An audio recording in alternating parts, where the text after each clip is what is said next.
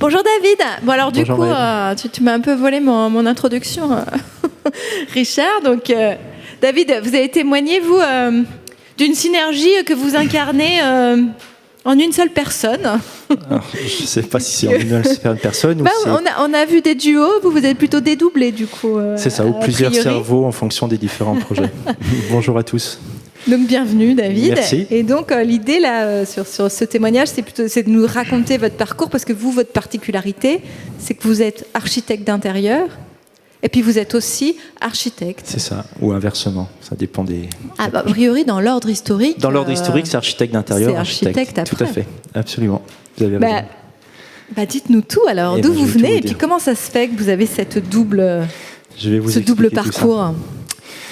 Peut-être en préambule, vous dire que je suis quelqu'un d'assez engagé au niveau associatif. Donc en tant qu'architecte, je suis membre du syndicat des architectes du Rhône. C'est un syndicat patronal, 120 adhérents, c'est le plus gros syndicat patronal de France, qui est affilié à l'Union nationale des syndicats d'architectes, l'UNSFA, qui représente 1000 adhérents sur les 30 500 architectes français.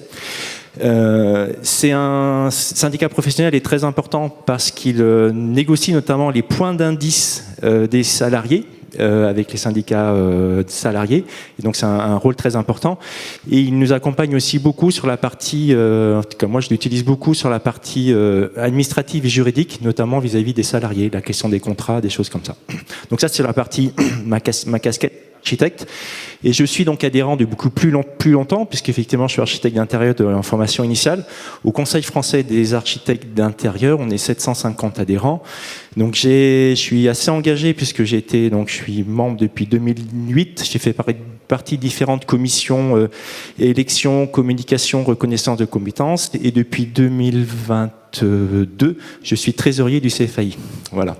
Et parallèlement à ça, en Auvergne-Rhône-Alpes, avec 12 confrères armés et engagés, on a monté le pôle action des architectes d'intérieur. Donc c'est une association à vocation syndicale, ou plutôt de confraternité au niveau des métiers et des compétences, et dont j'ai été le premier président. On était 30 au démarrage, et maintenant en France on est 250 adhérents. Donc pour faire un petit panel... pour que je sois au niveau de la caméra. Merci.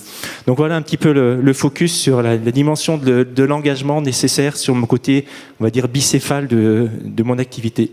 Vous êtes aussi bichaussure aujourd'hui. Je suis aussi bichaussure. Et je travaille également sur deux sites. Donc historiquement, je suis installé à Lyon, et à l'issue pendant la période du Covid, je me suis installé en Creuse, d'où je suis originaire, et j'ai monté une deuxième agence. Et ce qui est intéressant, c'est que je suis confronté à deux types d'activités, la dimension de la ville et la question de la ruralité, qui sont deux mondes complètement différents, assez complémentaires, mais avec des spécificités particulières, dont je parlerai tout à l'heure. Parce que là, donc, peut-être en préambule, vous parlez effectivement, donc je suis un architecte et architecte d'intérieur. On travaille sur différents types de projets. J'ai une petite équipe de 3 personnes, et je viens d'intégrer notamment un paysagiste. Donc on travaille du grand paysage au niveau de l'architecture et de l'architecture intérieure, pour essayer d'embrasser l'ensemble de la notion du concept d'architecture intérieure. Donc les différentes activités sur lesquelles on peut travailler. Après, je vais passer rapidement ce motion design. Et un point important, c'est que j'essaye d'être dans la pédagogie vis-à-vis des maîtres d'ouvrage avec lesquels je travaille. Et dans ce cadre-là, je leur explique le processus de la méthodologie qu'on utilise tous, mais qui est toujours très importante à rappeler, la notion du programme, la notion du contrat, les études de faisabilité, la différente temporalité nécessaire pour faire en sorte que le projet puisse voir le jour étape après étape. Ne pas aller trop vite dans l'analyse du projet, pour que en phase permis construire, phase projet, on puisse valider l'ensemble des éléments.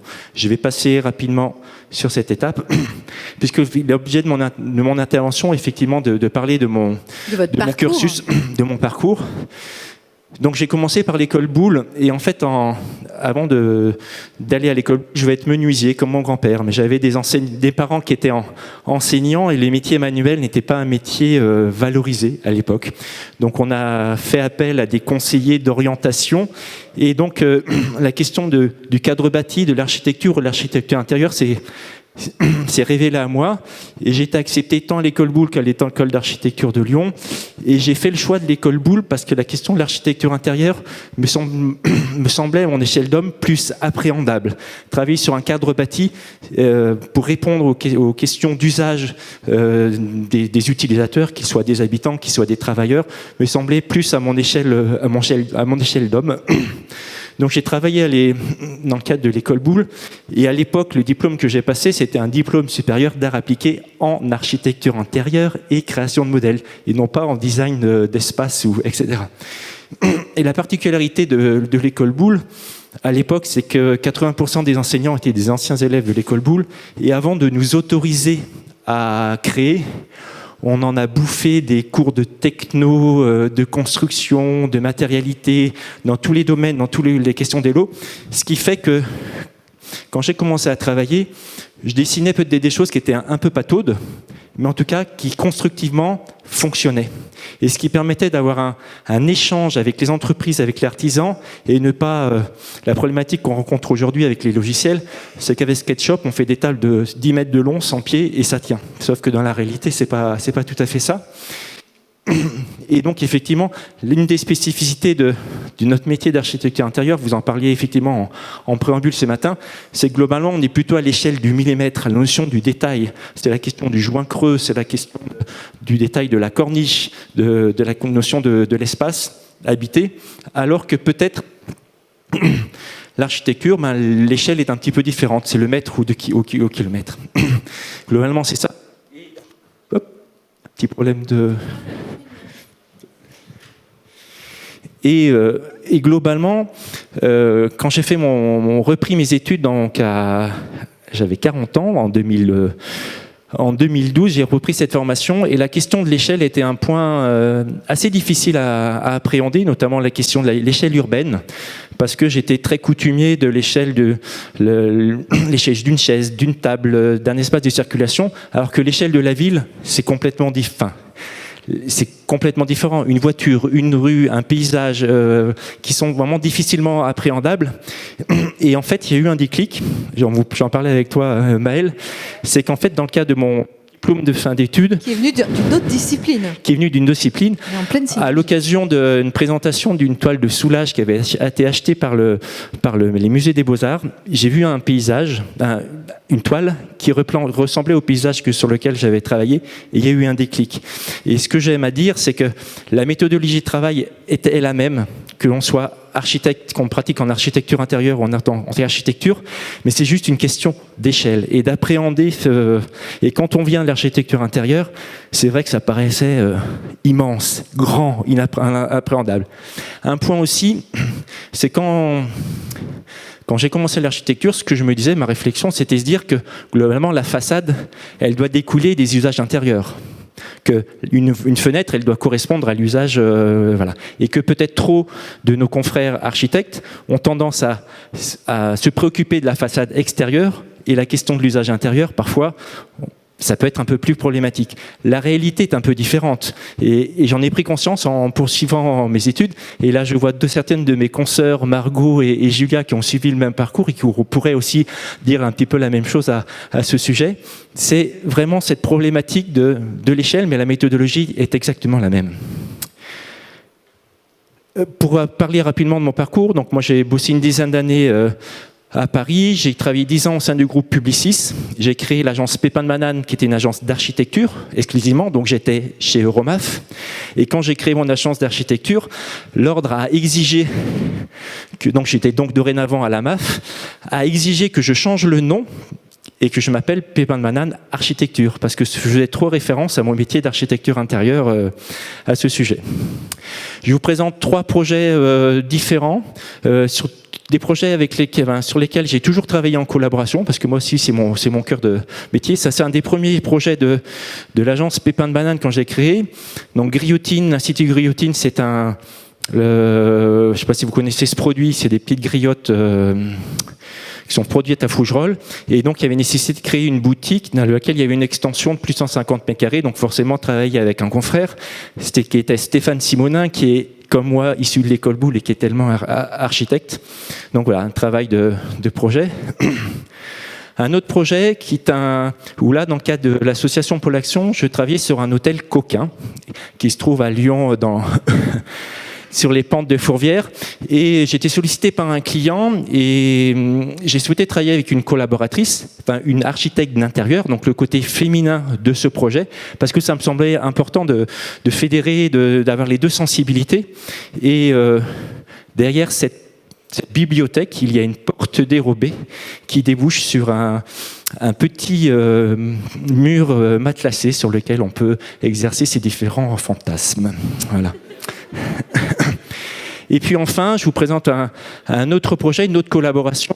Là, j'ai collaboré avec un de mes anciens enseignants d'architecture, David Marcillon, de l'agence MTA à Clermont-Ferrand. Et là, je vous présente un projet d'école sur lequel on bosse donc en Creuse, où on a vraiment le travail de collaboration mixte, les deux côtés, architecture intérieure, pour développer des projets qui sont en cours. Voilà.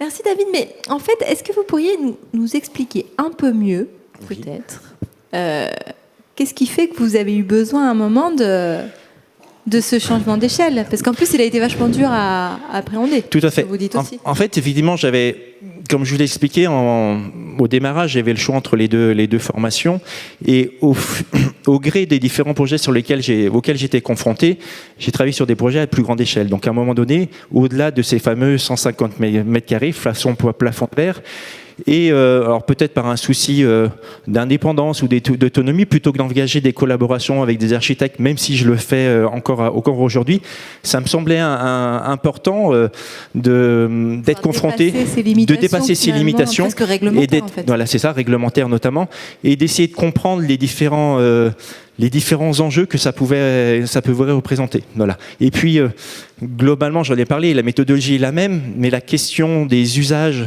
est un peu différente. Et globalement, même si ça a été 3 ans d'études assez complexes, donc c'était une formation professionnelle continue, donc c'était 2 jours de cours par semaine, avec d'une semaine sur l'autre l'équivalent d'un temps plein en parallèle de mon activité professionnelle, donc c'était très très dense, très intense, mais j'ai eu l'impression de redécouvrir autre chose. Donc voilà la raison pour laquelle j'ai souhaité poursuivre cette formation. Ça vous a quand même pas mal enrichi, quoi. Enrichi, et puis oui, c'est un bel engagement, en effet. Puis bon, vous êtes un peu un curieux quand même, parce que ce que vous me racontiez aussi, et d'ailleurs ce projet en Creuse, là, on commence à y aller, c'est-à-dire que vous quittez la ville, vous commencez à oui, effectivement, vous lancer à la donc dans mon et puis vous avez envie de pratiquer l'architecture autrement aussi, c'est ça que vous m'avez dit. Absolument. Donc effectivement, dans mon fonctionnement, j'essaye d'être 50% ici du temps, 50% là-bas. Et puis je vais engager une formation pour être agriculteur, de façon à devenir archi-agriculteur. Voilà, c'est un petit peu mon nouveau projet de vie pour la suite. Je pense qu'il faudra qu'on organise une autre journée de synergie pour essayer de décrypter ce nouveau métier, en espérant qu'il soit assuré par la MAF. Donc, on réfléchira, on demandera à Guillaume ce qu'il en est. En tout cas, merci beaucoup, merci David, d'avoir